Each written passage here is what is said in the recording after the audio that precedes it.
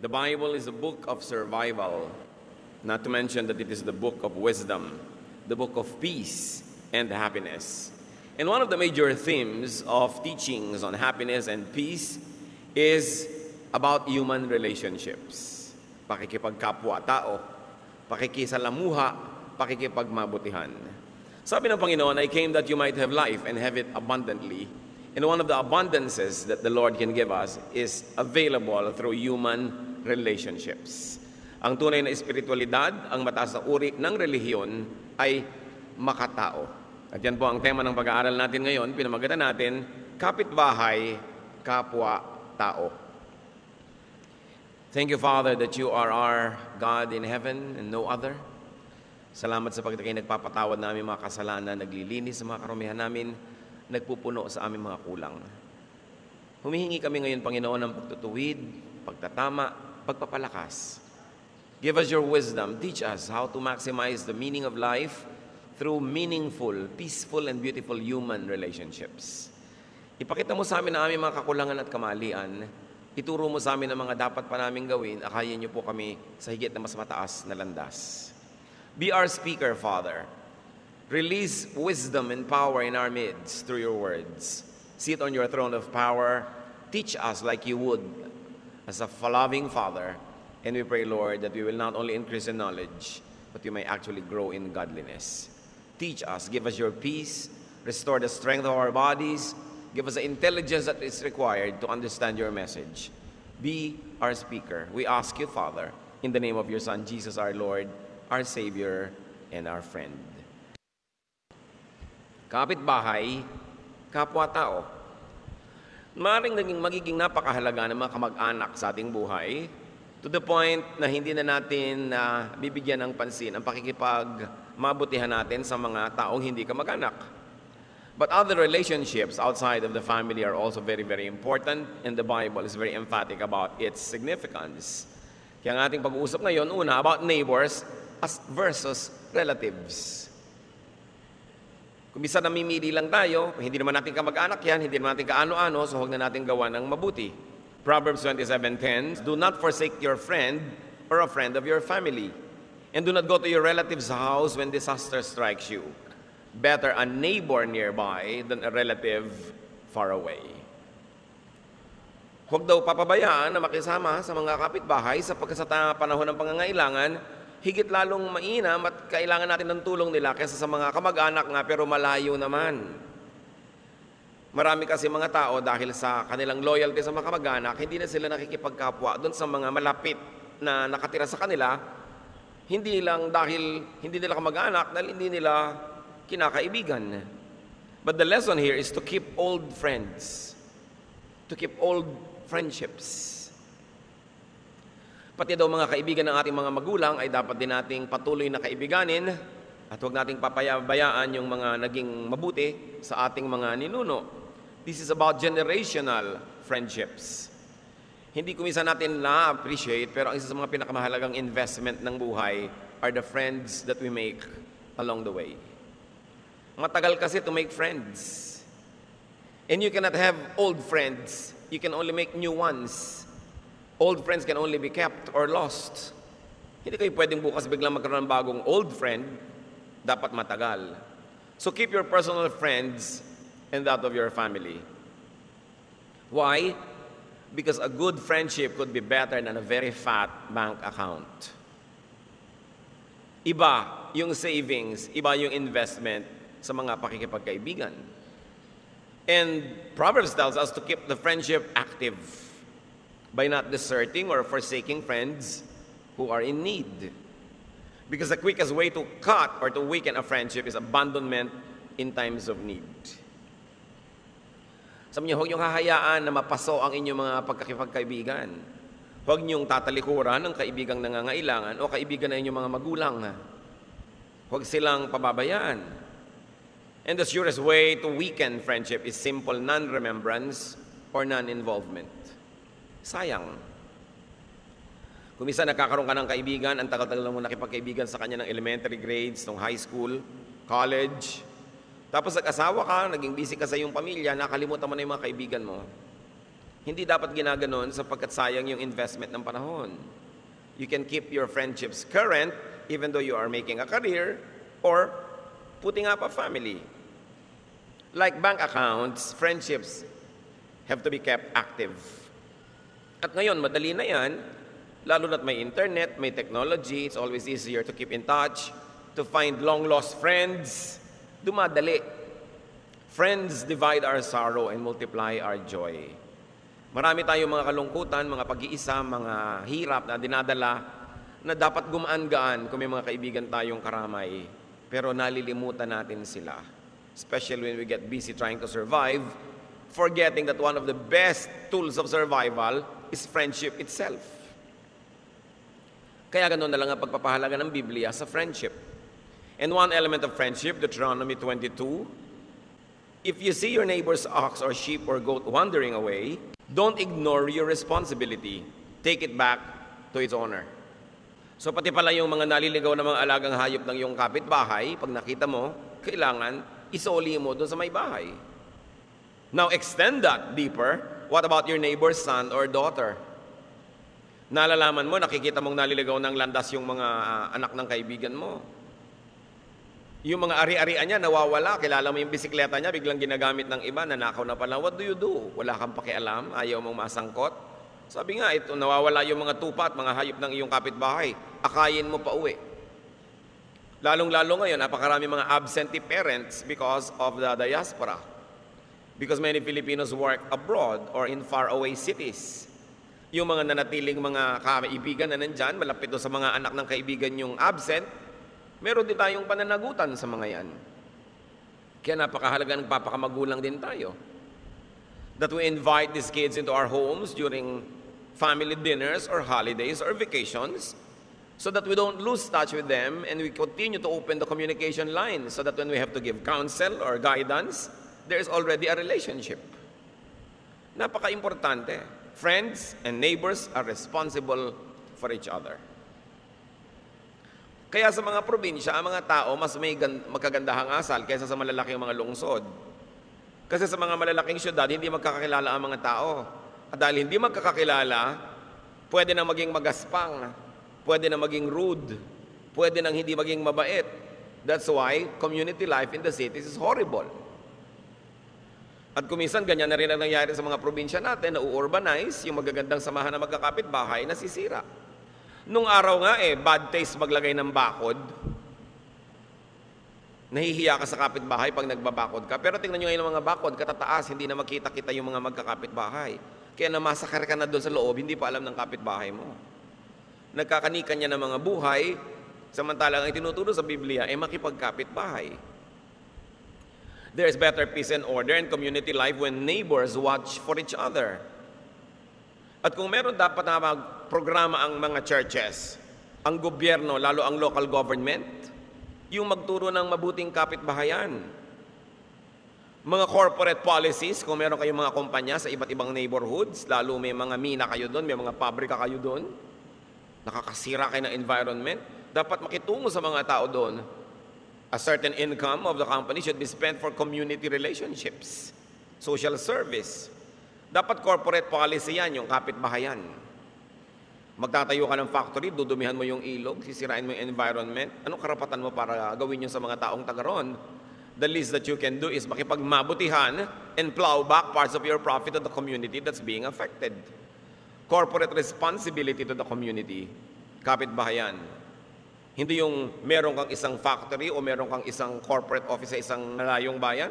Meron kang compound for your own employees at akala mo kayo kung sinong mga mayayaman doon sa baryo na yun na hindi nakikisalamuha, nakihiwalay sa mga tao. Samantalang ang hinuhutot nyo yung natural resources ng bayan na yun. This is wrong. Kailangan yung pakikipagkapitbahay.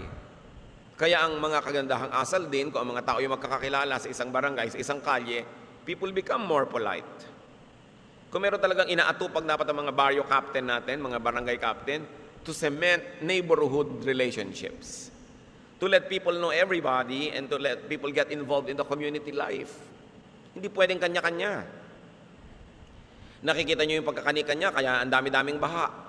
Kanya-kanyang hulog ng basura sa kanal, kanya-kanyang linis lang ng bakuran, ihulog mo sa ilog yung basura mo, ilagay mo sa kapitbahay mo pag hindi siya nakatingin. But when disaster strikes, the entire neighborhood suffers. In fact, according to many studies, maraming mga bayan nagsusurvive because of neighborhood relationships. Yung may mga tsunami, may mga lindol, may mga landslide, maraming nahuhukay, maraming na ililigtas kasi yung kapitbahay nagtuturo. Ay, may bahay po dyan dati. Natabunan lang. Kasi hindi naman alam ng mga dumadating na mga relief workers yan. Pero pag nagtutulong-tulungan yung magkakapitbahay, may nagagawa. At yan ang dapat nating ibalik sa buhay Pilipino. Yung pakikipagkapitbahay. Dati nga pag nagluluto ka ng medyo masarap, nagpapadala ka na agad sa kapitbahay eh. Yung share siya agad. Hindi yung nagpa-party ka sa garahe ninyo, ang dami-daming balloons, ang lakas-lakas ng tugtog, na abala yung kapitbahay mo, pero hindi ka naman nagpadala ng ulaman lang. Kaya mamaya binabato na nila yung bubong nyo dahil naiinis na sila, nagagalit na sila. Kasi puwera sila. Samantalang pwede namang kasali. At siyempre, isa sa pakikipagkapitbahay, huwag mo namang sobrang lakasan yung radyo mo o TV. Dahil hindi naman nakikipakinig ang kapitbahay mo sa'yo. Kung minsan 5 bahay away, dinig mo pa yung tugtog. Pinagmamalaki yung bago nilang sound system, pero nabubulahaw ang kapitbahay. Magpa-party, lalo yung mga tuwing Biyernes na lang, nagkakarokohan.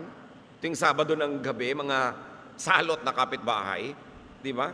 Dapat after 10 p.m. o 11, tahimik na. Kahit gusto mo pa mag-party, dahil yung iba, papasok pa. Yung ibang mga bahay, may mga inaalaga ang may sakit. Hindi naman lahat gusto mag-party. Kailangan sensitive tayo sa ating kapitbahay. Kita ninyo itong King of Tyre sa 1 Kings 5:1-6. King Hiram of Tyre had always been friends with Solomon's father, David.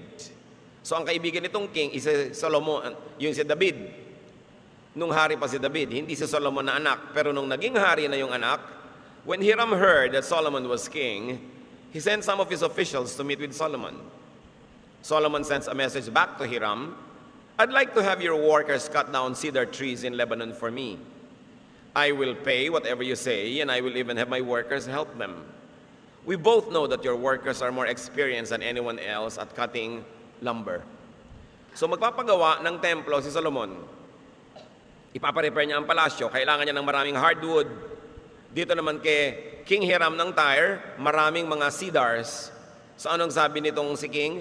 Alam mo, kaibigan ko yung tatay mo. Ngayon na ikaw na ang King, let's continue this kind of family friendship. Sumagot si Solomon, sige po, pwede ba niyo kung tulungan na magkaroon ng mga matitigas na mga kahoy? Yung mga tagaputol nyo ang gagaling, pwede nyo bang ipadala at magputol ng kahoy para sa akin? At babayaran ko kung magkano man ang singilin nyo sa akin. At nagkasundo sila. So true friends and neighbors celebrate with each other. Okay, king ka ngayon, I will celebrate with you. Yung kapitbahay nyo, mag-graduate, makiselebrate kayo, magpadala naman kayo kahit ano man lang na card, regalo, o batiin nyo man lang. Pumasa siya sa board, nakalagay pa nga sa tarpaulin sa tapat ng kanilang bakod, no? Tapos hindi mo walang pinapansin, pagod na pagod na nga silang ipaalam sa inyo yung accomplishment nila. Kailangan sineselebrate mo yung sineselebrate ng kapitbahay mo. Makikiisa sa kanila. True friends and neighbors help each other. Just like how this king of Tyre would help Solomon build his temple. And take note, my dear brothers and sisters, true friends pay. Especially when they can afford it. O maraming kahoy itong si King of Tyre, kailangan ni Solomon. Sabi ni Solomon, I'm going to pay, just name the price. Hindi yung kaibigan pala natin yung may-ari ng ganung hardware. Naku, makakalibre na tayo ng hollow blocks. No? Makakalibre na tayo ng yero. Makakalibre na tayo ng ganyan. Kaya nakakatakot kuminsan maging member ng church tapos nalaman nila na meron kang construction company o meron kang construction supply. Panay na ang parinig sa inong pastor para dalhin mo na lahat ang bubong, dalhin mo na ang poste. Parang ikaw na lang yung member dahil ikaw yung may tindahan. Kung talagang kaibigan ka, pay. True friends, pay. Para hindi ka pagsawaan. Para hindi magdamdam o kaya tulong mo. Gusto mo pala ng ganun, di bayaran mo. Kung ayaw mo magbayad, huwag kang kumuha. Hindi yung, sister pala natin itong may-ari ng tindahan, meron po bang discount? Huwag kayo hingi ng discount sa mga kapatiran natin. Kayo yung magbayad ng buo para magtubo sila at yumaman. Hindi yung nagsara sila dahil sa dami ng kapatiran na bumibili humihingi ng discount. Pagbalik mo, ba't sarado na? Salot kasi ang mga kapatiran niya sa church, puro hingi ng discount. Nalugi na tuloy. Dapat, pag may kapatid tayo, lalo sa pananalig, may kapitbahay ka, pinapatronize mo siya para siya umasenso. Hindi ka pabigat. Ngayon, paminsan-minsan, needy ka talaga, magtapat ka, pero hindi lagi. At dapat siya yung nagbo-volunteer na magbigay siya ng discount. Bakit? Stockholder ka ba? Bakit? May puhunan ka ba? Ba't ka nag-expect ng discount? Yan ang isang masamang sakit ng mga Kristiyano. Kung walang kapatid sa church, akala mo, kasosyo ka na nung negosyo. Gusto mo laging libre ka. Friends pay. The goal of a true friend is to enrich the other friend, to support, to patronize, hindi maging pabigat. Consider what happens when no one has no friend. John 5:2-9. In the city was a pool. Many sick, blind, lame, and crippled people were lying close to the pool. Beside the pool was a man who had been sick for 38 years. When Jesus saw the man and realized that he had been crippled for a long time, he asked him, "Do you want to be healed?" The man answered, "Lord, I don't have anyone to put me in the pool when the water is stirred up." Merong isang bukal na paliguan ng mga may sakit. Nakapaligid lahat ng may sakit doon sa bunganga ng bukal na ito. Kasi may mga oras na biglang kumukulo yung tubig. Parang hinahalukan yung tubig. Doon nagtatalunan sa tubig lahat ng may sakit dahil sa oras lang na yun nagpapagaling yung tubig. So itong taong to, 38 years lang nakahiga doon. Hindi siya napapalagay sa tubig sa sandaling pagkulo. Sabi ni Lord, gusto mo bang gumaling? Opo, kaya lang, wala naman pong magbuhat man lang sa akin, ni magtulak sa akin para mahulog ako dyan sa tubig. So by the time na pwede na siyang magpatihulog doon, tapos na yung paggalaw ng tubig because the water is stirred only for a few seconds. And for whatever reason, it is only when that happens when it has miraculous powers. Isipin mo, abang ka ng abang doon, tapos wala man lang magbuhat sa'yo kasi wala ka man lang kaibigan. Wala ka man lang kasama. Now consider another paralytic who had friends. Mark 2:3-4. 4 people came up carrying a crippled man on a mat. But because of the crowd, they could not get him to Jesus. So they made a hole in the roof above him and let the man down in front of everyone. See, iba na ang may kaibigan. Iba na ang may kamag-anak na may malasakit. Hindi mailapit kay Jesus ang may sakit, idinaan sa bubong, binutas ang bubong, pinadaos-dos pababa sa harap ni Jesus. Ayun, napagaling. Iba na ang nakikisama. Iba na ang may tanim na kabutihan. Iba na yung may pakisama sa kapwa. Ecclesiastes 4:9-11. You are better off to have a friend than to be all alone, because then you will get more enjoyment. If you fall, your friend can help you up. But if you fall without having a friend nearby, you are really in trouble. If you sleep alone, you won't have anyone to keep you warm on a cold night. So si Solomon, sa kanyang karunungan, anong kanyang idinidiin? Dapat ang tao may kaibigan, may kasama, may companion. Sabi, you enjoy life more kung may companion ka. You get more enjoyment. So kung may pera ka, kakain ka, kesa naman mag-isa ka, di maglibre ka. At least may kausap ka. Magbibiyahe ka, may ibabayad ka naman, magdala ka ng kasama, ilibre mo, bumili ka ng kausap. Bumili ka ng kasamang mag-e-enjoy, lalo't may pera ka. Aanin mo naman yung pera mo, hindi ka naman papaligayahin yung pera mo sa pitaka. O yung cheque mo na unsigned, walang ligayang idudulot sa'yo yan. Kaya yung mga ibang tao, very cruel. Pag nakakakita ng dalawang tao nag-e-enjoy, ang gusto paghiwalayin. Ito si Byuda, nag-outing, may kasamang 24 anyos. Chismis ng buong barangay. Eh bakit? Sasamahan niyo ba siya? Ngayon, kung hindi niyo sasamahan, hindi niyo aakayin, hindi niyo kakamutin yung likod niya kung makate, huwag niyo siyang pakialaman. Byuda naman eh. Di ba? Bakit pati yun gusto mong makilljoy? Nis-nis tayo pag kami nag-enjoy sa buhay. Dapat mong i-celebrate when there are 2 less lonely people in the world. At least, hindi siya magpapakamatay. At least, baka mas maging mabait siya dahil siya ay masaya. There are some moral laws that we should never break. But some of the things that restrain us from enjoying friendships and companionship is not even moral. It is only cultural. It is only social. Tandaan nyo, sasandali ang buhay ng tao sa daigdig. Kung nabuhay ka ng 90, 100, ano na yun? Isang tuldok sa walang katapusang panahon. Tapos yung 20, 30 years of doon, nag-iisa ka pa, wala ka pang kasama, miserable ka pa. Sayang naman ang panahon. Kaya itinuturo sa atin ng Diyos maging mapagpakumbaba kasi kung humble ka, mas may tendency magkaroon ka ng kasama kaysa kung mayabang ka. Kaya ka tinuturoan maging mapagbigay kasi kung mapagbigay ka, mas maraming sasama sa iyo kaysa kung maramot ka. That's why Satan wants you proud. Satan wants you selfish. Satan wants you cruel and unkind. So nobody will go with you and you can be alone and he can succeed in torturing you because you are alone. God wants you kind and nice, hindi ka para ipalugi. Kasi alam ng Diyos, yun ang magbubukas ng pinto para mas mag-enjoy ka ng human companionships. So ang tunay na mapagbigay, yun ang tunay na matalino. Yung maramot, hindi niya na pag-iisip-isip, lugi siya sa karamutan niya. Ngayon, marami tayong mga kapitbahay, turn your neighbors into relatives. Tinuturuan tayo, keep old friendships, and then make new friends and keep them. Tingnan ninyo itong isang malaking hiwaga na example ng Panginoon at pinuri niya. Luke 16, 1-9. Jesus said to his disciples, "A rich man wanted the manager to take care of his business. But he was told that his manager was wasting money. So the rich man called him in and said, 'What is this I hear about you? Tell me what you have done. You are no longer going to work for me.' The manager said to himself, 'What shall I do now that my master is going to fire me?'" Hindi natin alam kung guilty talaga yung manager or not. Nakarinig lang yung may amo ng mga balita tungkol sa manager na hindi daw mabuti at hindi matapat. So ipinatawag at tinatanggal sa trabaho. The manager said to himself, "What shall I do now that my master is going to fire me? I can't dig ditches and I'm ashamed to beg. I know what I'll do so that people will welcome me into their homes after I've lost my job."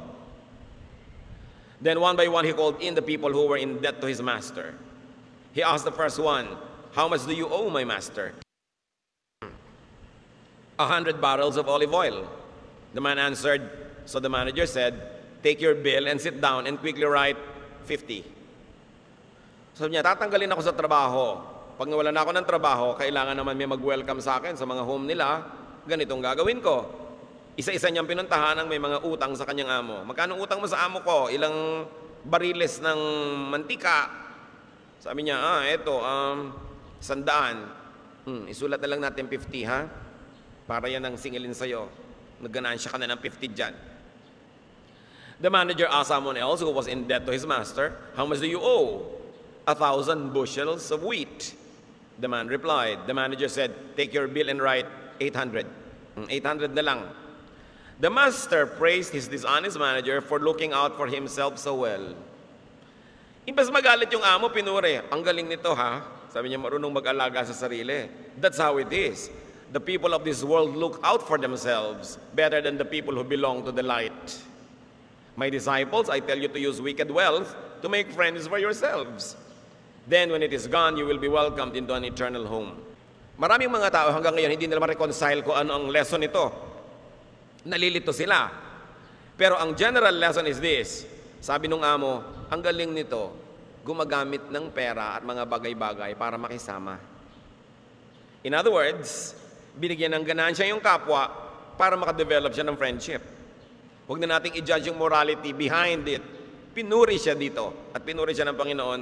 Sabi, ganyan mabuti pa yung mga taga-sanlibutan, marunong mag-alaga sa sarili nila kaysa sa mga mananampalataya. Hindi mga marunong, magne-negosyo, nagkakandalugi-lugi, magkakaganito, magpa-partnership, nagkakahiwa-hiwalay, nagbabangay-bangayan. Sabi, mabuti pa yung mga tagalabas, marunong dumiskarte. Pero ang pinaka-general moral lesson dito, ginamit ang material things para pangpakisama, para magkaroon ng friendship. Hindi katulad ng nangyayari madalas baligtad, dahil sa material things, nagkakasira ang friendship. So, binigyan niya yung mga tao para magkaroon sila ng pagsisimula ng pagkakaibigan. Yung iba naman kasi nang kugulang, nangunguha, nanlalamang, yun ang baligtad. This person sacrificed material things for friendship's sake. Yung mga iba, they sacrifice friendships for the sake of material things. While modern sensibilities may squirm at the method, the Bible nevertheless commends the wise use and disposal of material things to gain friendships. Alam niyo bang napakasarap ipakisama ang pera? Kung kayo'y may pera, dapat wala na kayong excuse para hindi magkaroon ng mga kaibigan. Kung marunong ka lang gumamit niyan, yung palabigay ka, palaregalo, palatulong, people will like you. Ganun lang yung general lesson noon. Kailangan, alipin mo ang pera, hindi ikaw ang alipin niyan. Ginagamit mo yung pera, hindi ikaw ang ginagamit ng pera.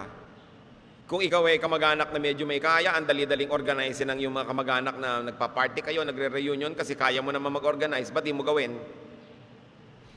Kaya mong puntahan namang may sakit, dalawin, tumulong sa pambayad ng gamot ng ospital, ba't di mo gawin? You develop relationships that way. Because people will genuinely like you if you're helpful. But no, many people do it the other way around. They dispose of friendship for material gain. Kaya maraming magkakapatid, kapatiran, magnenegosyo, lalapit sa akin, Pastor, gusto po na magnenegosyo po kami. Ang saya-saya nila, kami po ni sister magsososyo, kami nila brother magsososyo. Sabi ko, naku, 3 months from now, dadating itong mga ito, sumbungan na naman ito, nag-away-away na naman ito, at ipapasingil sa akin yung kaibigan niya na ayaw magbayad sa kanya. Ganyan na naman mapapala ko rito. Di ba? Kasi maraming ganyan magkakapatiran. Naku, huwag nga kayo magsosyo-sosyo. Kung hindi matibay ang relasyon nyo, tsaka kung hindi maganda ang kalooban. Kasi naglalamangan, mamaya pareho tuloy hindi nag-church kasi nagkakahiyaan o nagkakagalit. 90% ng mga magkakapatiran pag nagsosyo, nag-aaway. And that's a conservative estimate. Kaya sabi nung sa Bible, mabuti mo yung tagalabas, marunong sila magdala ng ganyan mga bagay. Bakit nga ba? Kasi nakakahiya, kapatiran mo naman, hindi mo ma-audit, hindi mo matanong, pero napupuno na yung inis mo dito, sasabog din yon, huwag mo nalang ipunin, magtanong ka na maaga pa lang. Dapat pag nagnenegosyo kayo, clear yung accounting, clear yung auditing. Di ba? Hindi yung nahihiya ka naman kay sister, tapos takang-taka ka, ba't may bago siyang kotse? No? Kung ano-ano na mga pumapasok sa guni-guni mo, hindi mo masabi. Kaya nagkakasira kasi hindi honest. Mga ipokrita. Ayaw aminin na, alam mo, nagtatanong ng sarili ako, bakit wala tayong kita, pero palaki ng palaki ang mga hikaw mo. Di ba?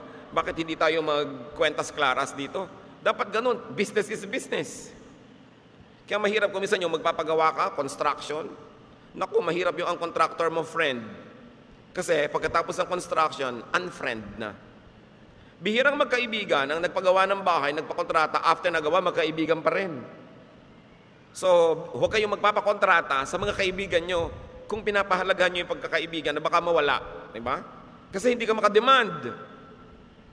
Papel lang ang ginawang pinto, hindi ka na kumikibo. Pero tuwing napipilas-pilas yung galit na galit ka, mamaya lalabas din yun. Mahirap yung magkaibigan, nagbi-business. Dapat kung mag-iibigan kayo, pero magbi-business kayo, business is business. Let's stick by the rules. Labas ang friendship natin dito. Dapat ganun, para hindi sayang ang friendship. Because there are good neighbors and there are bad neighbors. At nakikita natin, pagka ang mga neighbors ay bad, bad ang bunga. Pag good, edi good ang bunga. Let's look at more teachings on neighborliness. Romans 13:10. Love does no harm to a neighbor. Therefore, love is the fulfillment of the law. Sabi, ang tunay daw na pag-ibig, hindi nag-iisip at gumagawa ng masama laban sa kanyang kaibigan, sa kanyang kapitbahay. Kung ganun pala, ang pagiging maibigin, yun na ang pagtupad sa batas. Yun na ang pagtupad sa kautusan. Huwag na maging complex. Be loving and you fulfill the law. Huwag nyo nang lituhin ang sarili nyo about what the law is at kung ano-ano pa sabihin. Be loving. Mark 12:28-31. One of the teachers of the law came and heard them debating. Noticing that Jesus had given them a good answer, he asked him, of all the commandments, which is the most important? The most important one, Jesus answered, is this. Hear, O Israel, the Lord our God, the Lord is one. Love the Lord your God with all your heart and with all your soul and with all your mind and with all your strength. The second is this. Love your neighbor as yourself. There is no command greater than this. So yun pala. So isang number one kautusan, love your neighbor. It is the true, essential second commandment. Now, when we think of neighbor, think also of your spouse, your child, your parent, your in-laws, your workmates. Neighbor mo yun. Hindi lang yung kapitbahay. Lahat ng taong malapit sa iyo, yan ang tinatawag na neighbor. Kung minsan naman, ang galing nating makisama sa kapitbahay, pero ang pangit ng pakikisama natin sa kasambahay. Polite na polite sa tagalabas, pero hindi naman polite sa tagaloob mismo ng bahay. 1 John 3:17-18, if anyone has material possessions and sees a brother or sister in need but has no pity on them, how can the love of God be in that person? Dear children, let us not love with words or speech, but with actions and truth. So, help your neighbor. Napakaganda na ikaw mismo, sa bag mo may extra biscuits ka, pag may nakita ka mga gusgusin at mga gutom na bata, abutan mo na. May dala ka. Ready. Ibig sabihin talagang nasa puso mo, magbibigay ka, you will be a good neighbor. Proverbs 25:17, don't visit friends too often, or they will get tired of it and start hating you. So nakita nyo isang principle ng friendship, do not abuse your neighbor. The less visit, the more welcome. Dadalaw tayo, huwag masyado matagal. Kamag-anak ka naman, pupunta ka sa kamag-anak mo, 2 linggo na nakasadla ka sa kanila. At dahil gusto mong mabawi ang iyong pamasahe, galing ka pa sa Mercedes, may dala ka pa mga daing na ibebenta mo kung kani-kanino at amoy divisoria na yung bahay ng kamag-anak mo. Ang tagal. Sabi, don't visit friends too often. Kung darating ka, yung hindi ka pabigat. Yung pag nagbukas ang pinto, nakita yung mukha mo, gusto magpakamatay nung nagbukas. Naku, may dumating na kamag-anak. No? Kailangan welcome ka kasi matulungin ka, mabait, may dala-dala kang regalo, o kung wala man, your warm body, willing ka magtrabaho. Hindi yung bisita ka tapos akala mo ka kung sinong among dakila. Hindi ka nagluluto o naghahain. Pwede mo lang gawin yun kung ikaw nagbigay ng pamalengke. Pero kung hindi, kailangan kaliskisan mo yung isda, no? Hugasan mo yung mga plato. Kailangan marunong ka makisama. Do not disturb too often. Do not ask and borrow too often. And when you ask, you pay. Kailangan binabalanse mo ang relasyon. Proverbs 25:18, a man who bears false witness against his neighbor is likely a heavy sledgehammer and a sword and a sharp arrow. Don't tell lies against your neighbor. Isa yan sa mga pinakamabilis na dahilan para mag-away-away ang magkakapitbahay. Chismis. Kaya sa mga kapitbahayan, makita mo yung mga pangkat-pangkat, usually it's divided along chismis pangkat. No? Group A against Group B. So huwag nakikisangkot. Huwag aakyat sa bahay ng may bahay, may dalang balita, aakyat dito, chismis doon. Magulo yan. Never turn neighbors into enemies. Never turn your neighborhood into a war zone. Kahit anong sabihin nyo laban sa inyong kamag-anak, kapitbahay, makakarating. Imposibleng hindi. Don't even have the illusion that the person will never know. Malalaman at malalaman niya yan.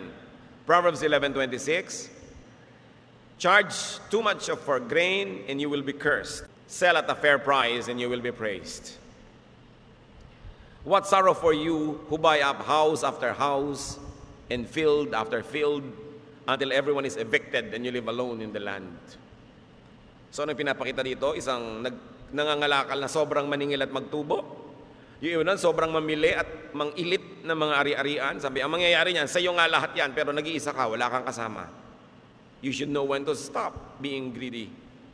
Do not take advantage of your neighbor's poverty or weakness.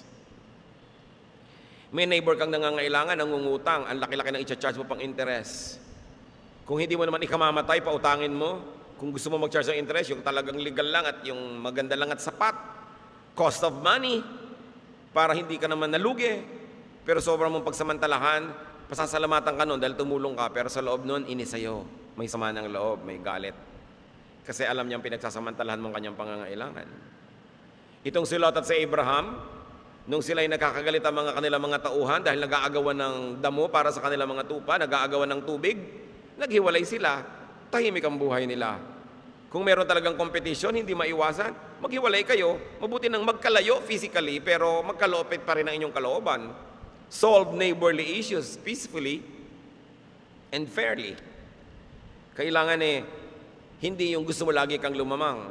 Mga kapatid, pag meron po kayong deal with anybody, always leave something on the table for the other person. Kailangan, hindi lang kayo ang panalo. Hindi win-lose. Dapat win-win. Win ka, win din siya. You both go home happy. Hindi yung sobra kang lamang. Always leave something on the table for the other man. And they will always want to negotiate with you on the table. Kasi fair ka. Even early Christians shared their possessions. Acts 2:42-47. All the believers were together and had everything in common. They sold property and possessions to give to anyone who had need. They broke bread in their homes and ate together with glad and sincere hearts, praising God and enjoying the favor of all the people. And the Lord added to their number daily those who were being saved. People sometimes ask me, Pastor, ano pong magandang evangelistic program? Ano po ang magandang gawin para sa soul winning, para dumami ang members, para lumago ang aming fellowship? I always tell them one thing, be loving, share, and you will grow naturally. Yan ang nakita natin sa Acts 2. Because people like to be part of a loving group. People are attracted when there is love and sharing and fellowship, eating together. Who will not want that? Hindi mo kailangan namang elaborate programs at kung ano-ano. Be loving like Jesus. Kita nyo, wala naman siyang programa, dumami ng dumami yung mga sumusunod sa Kanya. Kasi hindi nang lalamang, palabigay, laging tumutulong. That's the only way. Acts 4:34-35. And no one went in need of anything. Everyone who owned land or houses would sell them and bring the money to the apostles. Then they would give the money to anyone who needed it. Ang ganda naman ang samahan ng mga naon ng mga Kristiyano. Share blessings with your neighbor.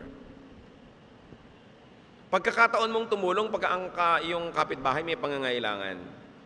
Meron pa akong kilala, basta may nakita siyang nakaburol, dumadaan kahit hindi niya kakilala. Dadaan. Makikiramay sandali. Kung may kaya siyang iabot na konting tulong, ginagawa niya, kahit di niya kamag-anak. Basta nakakita ng may lamay, tumitigil sandali. Kung hindi naman sobrang nag-aapura at nakikiramay. Ang gandang ugali. Bihira lang naman mamatayan ng tao, papalampasin mo pa, hindi ka pa nagpunta. Tinamad ka pa nung libing. Tapos makikita mo, sorry ha, hindi ako nakapunta sa libing nyo kasi kung ano-anong kwento mo. Alam nyo, nakakapagod mag-sorry dahil hindi ka nakapunta sa libing. Makipaglibing ka na lang. Kasalan, imbitado ka. Birthday, imbitado ka. Pumunta ka na. Kung hindi ka talaga genuinely mag-enjoy, charity. Your presence is your contribution. Kesa, huy, pasensya ka na, hindi ako nakapunta ng birthday mo. Sabi niya, okay lang yun. Pero ang totoo, nagdaramdam yun. Hindi yun okay. Yung imbitado ka, hindi ka darating, dinaramdam yun. Lalo tayong mga Pilipino, kunwari, okay lang. Pero pag namatayan ka, hindi ako pupunta sa inyo. Di ba? Yun ang iniisip. Madali sana para makita mo ang paghihiganti ko. Huwag na kayong patamad-tamad. Bihira lang may ikinakasal, may namamatay, may inililibing. Pumunta na lang kayo kaysa magpaliwanag pa. And you cement relationships. Romans 15:1-2. We who are strong ought to bear with the feelings of the weak and not to please ourselves. Each of us should please our neighbors for their good, to build them up. So bear with your neighbor's failings. Please your neighbor. Do something that will please your neighbor. Ang dami mong halaman, paso-paso. Alam mong nakatingin yung neighbor mo, gusto niya, padala mo ng isa, hindi mo naman ikamamatay. Kita mo rin yung halaman, malapit din sa'yo, nalanghap mo rin yung oxygen. Di pa ikaw ang nagdidilig. Di ba? Yung bigyan mo rin siya. Hindi mo naman ikamamatay. Kung minsan ang dami-dami mong pagkain, nasisira na sa bahay, hindi mo ibigay sa kapitbahay. At syempre, pag magbibigay ka ng pagkain, bagong luto, umuusok pa lang, hindi yung bumubula-bula na. Yung alam na mga tao, siguro hindi na ito naubos. Diba? Yung umuusok pa, pinapadala mo na, yun ang nagbibigay. Talagang alam mong gusto magbigay. Start this again in your neighborhood, where you live. Lilipat ka sa isang bagong condo unit, sa isang bagong bahay. Send fruit baskets to your neighbors. Kandahan mo ang dating mo, yung entry point mo. Kung yung mga ilaw ng garahe mo tumatama sa bahay nila, tuwing gagarahe ka o lalabas ka, huwag mo na munang buksan yung ilaw, idim mo lang. Diba? Huwag na yung ang tagal-tagal naka-idle yung kotse mo, umaalis ka, madaling araw, nagigising na sila. Itulak mo muna papalayo at doon mo na parang sound of music, no? Itulak mo pala, doon mo na sindihan yung makina sa malayo. Be kind to your neighbor. At kung kayo, mga born again na mahilig na mag-Bible study sa bahay at mag-fellowship, Alauna na ng umaga, hallelujah pa kayo nag-hallelujah, nabubulahaw ang kapitbahay, walang nabe-bless. Huwag kayo masyadong magpadala na, mag-worship kami, nabubuisit ang kapitbahay nyo. Di ba? Ilagay nyo sa lugar. Kailangan, hindi tayo nakakagambala sa ating mga kapitbahay. Yun ang magandang patotoo.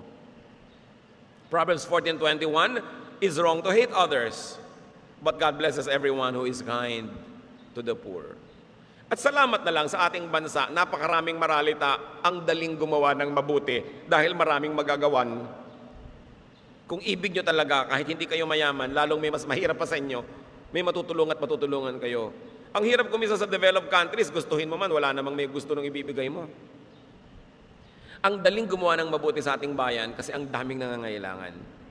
Ikaw na lang talaga ang may kasalanan at pagkukulang pag wala ka nagagawa ng mabuti. Now, enemies are also to be considered as neighbors. Matthew 5:44, but I tell you to love your enemies and pray for anyone who mistreats you. Why? When you love your enemy, you disempower the enemy. Yung iba hindi marunong May kagalit, lalong gagalitin. Pag ginalit nyo ang isang tao, saan niya gagamitin yung lakas niya? Di ba? Para gantihan kayo. Pag ininis nyo ang isang tao, challenge nyo, lahat ng resources niya gagamitin para rin kayo inisin at i-challenge. Wrong. Use your resources, use your energy to befriend. Because the best way to beat an enemy is to turn him into a friend. It's the only true victory. Ang kaisa-isa lang tagumpay laban sa kaaway pag naging kaibigan mo siya. Pero yung ginawan mo ng mas masama, mas galit siya, nagbabalak, gaganti, may masamang iniisip sa'yo, anong tagumpay mo nun? Nanganganib ka nun. Kaya sabi sa Proverbs 25:21-22, if your enemies are hungry, give them something to eat. If they are thirsty, give them something to drink. This will be the same as piling burning coals on their heads, and the Lord will reward you. Another mysterious verse. Pag daw gutom kayo, makaaway mo, pakanin mo, nauuhaw, painumin mo, at para mo daw siyang pinagsunong ng mga nagbabaga ng mga apoy. So sabi mo, wow, higanti, naluto ko ang kanyang anit. No. Wala kasing posporo nung araw, mga kapatid. Ang bawat kalan, may kaunting natitira lagi diyang baga na hindi pinapatay. Pag mauubos na yung baga na yun, lalagyan ng konting kahoy yun para magsiklab ulit, maging baga, hanggang lutoan time na naman. Kasi walang posporo. Mahirap magsimula ng apoy. So, may kapitbahay ka, kaaway mo siya, namatay yung kalan. Paano siya ngayon magsisimula ng apoy? Pupunta sa'yo, kakatok. Bibigyan mo siya ngayon ng mga baga mo, ilalagay mo sa isang luma o basag na palayok, at susunungin niya pa uwi. Ibig sabihin, meron na siya ulit pansimula ng apoy. That's why you pile burning coals on his head. Hindi mo siya niluto para paghigantihan. Binigyan mo siya ng apoy. At sino namang tao ang nang nagugutom ay pinakain mo, nauuhaw ay pinainom mo, nangangailangan ay binigyan mo, ang magkakalakas ng loob na walang hiyain ka pa. Paghihinaan na yun ang loob. Gawang ka man ng masama, konti na lang. Pero nung gutom, lalo mong ginutom, baka ikaw ang kainin. Nangailangan, tinikis mo, nung lumakas yun, paghihigantihan ka. Kaya dapat matalino ka. Sabi, maging mabuti ka sa galit sa'yo at mawawala na siya ng lakas ng loob magalit pa. Di ikaw ang tatahimik. Hindi yung iinisin mo palalo, napahiya na nga, papahiyain mo pa. Naghihintay ka ng araw ng paghihiganti at hindi ka mapapanatag pag ganun. The best way to beat an enemy, as we have said, is to turn him into a friend. Yun lang ang kaisa-isang tunay na tagumpay. Kasi kung may tao kang nagapi, nakawawa, naitali, naikulong, makakawala rin yun, babalikan ka kung may atraso ka sa kanya. Di ka mapapakali, di ka matatahimik. Neighborhoods and communities survive, even thrive, because of tulungan. At meron tayong napakagandang kaugalian, bayanihan. Tulungan. Ang root word, bayani. Ang bayani, hindi lang yung namamatay para sa bansa paggera. Yung tumutulong sa kapitbahay, yun ang bayani. Kaya nung araw sa bukid, pagka may paani, may bayanihan. Sabi, sa kapupunta, mamamayani. Ibig sabihin, magtatrabaho ng libre, pakain ka lang, bayani, bayanihan. Hindi lang yung mga binabaril sa luneta ang bayani kasi hindi naman laging may mananakop. Pero araw-araw pwede kang maging bayani kung tumutulong ka sa iyong neighbor. Lalo't ikaw yung edukado, ikaw yung mayaman, ikaw yung may kaya, mas madali sa iyong gawin yon. Hindi mo dapat ma-misuse ang iyong edukasyon, kakayahan, karunungan para maging mayabang ka doon sa neighborhood at lait-laitin sila. Kasi you are in a position to help. That's why you must not squander that rare opportunity. Ecclesiastes 4:9-12, you are better off to have a friend than to be all alone, because then you will get more enjoyment out of what you earn. If you fall, your friend can help you up. But if you fall without having a friend nearby, you are really in trouble. If you sleep alone, you won't have anyone to keep you warm on a cold night. Someone might be able to beat up one of you, but not both of you. As the saying goes, a rope made from 3 strands of cord is hard to break. Di ba? Ang isang hibla ng sinulid, madaling putulin. Pero pag tinirintas mo na yan, 3 na sila, 4, matibay na. Kailangan, sabi niya, may kasama ka sa buhay. So rediscover neighborliness. Inside your own house, in your classroom if you're a student, in your school, in your workplace, and at church. May isa pang napakalaking kahibangan. Yung makipagtarayan ka, makipagchismisan ka, makipagkagalit ka sa church mate, sa kapatiran. Sa church pa kayo nag-away. Ba't yan nalang kayo pumunta sa sabungan, maglagay kayo ng tare at doon kayo maglaslasan? Pero sa church, ilagay mo naman sa lugar. Kahit saan masama yung may kaaway, pero sa church, tripling kamalian yan. Nasa ministry ka, kagalit mo yung nasa kabilang ministry. Member kayo na isang ministry, pinagchichismisan nyo yung nandun sa kabila. Naku, yamang ganyan, dapat tamaan talaga ng kidlat. Kainin ng lupa, papakin ng mga langgam. Kasi mali, why are you creating war zones inside the church? The body of the Lord. Kaya kung kayo ang nagpapasimula niyan, tigilan nyo. Kung kayo yung biktima, magpatawad na lang kayo and shut up. Kasi pagka nagdadaldal pa kayo, reklamo, may makakakampi kayo, lalabanan naman, hindi na naman yan matatapos. Tuwing merong 2 partido na gusto magpunta sa akin dahil nag-aaway sila, pareho ko silang gustong ipatali sa langgaman. Pareho kayong mali. Kasi una, yung isa ang nagsimula, di mali siya. Ngayon, hindi ikaw nagsimula pero pumatol ka, di mali ka na rin, pareho lang, kaya huwag na kayong pupunta-punta sa akin dahil talagang ipapatali ko lang kayo sa langgaman. Wala akong kakampihan dyan, mga nag-aawayan sa church, mahiya kayo. Di ba, nasa church ka, the body of the Lord, the body, the holy body of which Jesus is the head. Tapos nandun ka sa loob, kinukonsinti mong may gulo dyan, kailangan gumawa ka ng paraan para sugpuin at tumahimik. Yung iba nagsusumbong-sumbong pa sa Facebook. Di ba? Yung Facebook for friendship, hindi para sumbungan. Kailangan ilagay sa lugar ang mga buhay natin. Develop neighborliness. Personally versus individualism. Communally versus clannishness. Kaya marami mga bayan tayo, ang gulo-gulo, kasi clannish ang mga tao, hindi iniisip yung buong bayan, yung pamilya lang nila. Kaya ubusan ng lahi, ang gulo. Nationally versus regionalism. Meron tayong isang bansa, hindi ka lang Tagalog, hindi ka lang Bicol, hindi ka lang Cebuano, may bansa tayo, kailangan buuin yun. Pasay na, luma na, primitive na yung regionalism. Kailangan magtulong-tulong para lumika na isang buong bayan. And of course, globally. Kailangan ang mga bansa magtulungan. And importantly, in the realm of religion, ang mga pinakamahihigpit na magkakalaban, hindi naman Satan versus the church, congregations versus congregations. Kaya tuwang-tuwa si Satan dyan. Huwag tayong palibang at palasing. Pag kapwa mo mananalig kay Jesus, kahit iba ang mode of baptism, iba ang style ng pagkanta, iba yung haba ng damit, kapatid mo yun kasi isang magulang nyo Tama na dapat yung sobrang sectarianism, sobrang congregationalism. Si Satan lang ang nakikinabang dyan, yung church umaatras. Buhayin ang diwa ng pagkikipagkapwa, ng pagkikipagmabutihan, ng bayanihan, yung kapitbahayan. Mga barangay captain, mga mayor, dapat number 1 nilang agenda yan, to develop a sense of community, a sense of neighborliness. Sabi nila, kapitbisig, pag pinalaki mo yan, kapitbahay. At yung kapitbahay, hindi ibig sabihin kalapit bahay, ibig sabihin kapit-kapit na mga bahay. Kapit-kapit ang magkakapit-bahay at mga sambahayan para tumibay ang community. In solving the problems of environment, the challenges of economy, kailangan ng community maging solid. Hindi pwedeng kani-kanya.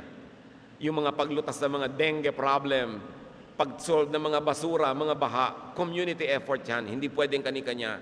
That's why it is important that the church places, again, the agenda of neighborliness on the pulpit, because it is one major theme of the Bible. Apply all teachings on neighborliness on your neighbors, on your friends, on your family and in-laws, spouse, your child, your parent, your churchmate or brethren, even your workmates. And there's one thing, mga kapatid, don't ever lose friends. Sabi nila sayang ang miles. Totoo. Yung nag-e-expire na mga miles na earn mo sa airline, sayang. Pero yung nag-e-expire na friendships, mas sayang yon. Ang dami mong oras, pag-ibig, pagmamahal na inilagay sa friendship, tapos mag-aaway lang kayo. Tapos bukod sa hindi na lang kayo magkaibigan ngayon, nagsisiraan pa kayo, di ba mali? That would be a terrible loss, a terrible waste. Kung meron kayong mga friendships that you lost, do something to regain them. May mga friendships kayo na forgotten, revive such friendships. And then revive friendliness in you. Be a friend. Enjoy friendships. The Lord says in John 10:10, I came that you might have life and have it abundantly. And one of the ways to have an abundant life is to be surrounded by people, to give, to receive, to interact, to live with people. So makikapit bahay, makikapwa tao. Ama namin, salamat sapagkat kayo'y mabuti sa amin. Turuan nyo kami kung ano mga pagkukulang namin sa mga kapitbahay namin, kung ano man ang ibig sabihin ng kapitbahay. Maybe kasambahay, kamag-anak, kaibigan, workmate, schoolmate. Ipakita mo yung mga ugali namin, Lord, na nagiging sagabal para maging mabuti ang pakikipagkapwa namin. Continue to make us realize how we can change by your power and by our obedience to your word. At turuan mo kami, Lord, kung ano mga dapat namin gawin to bring back neighborliness, friendliness, in our midst. Magbulay-bulay tayo sa madaling mga kapatid, hanapan ng personal application ang napakarami mga tagubilin na mga pinag-aralan natin. O Lord, in silence, deal with your people, correct us, strengthen us, empower us, enable us to maximize happiness in life through meaningful relationships.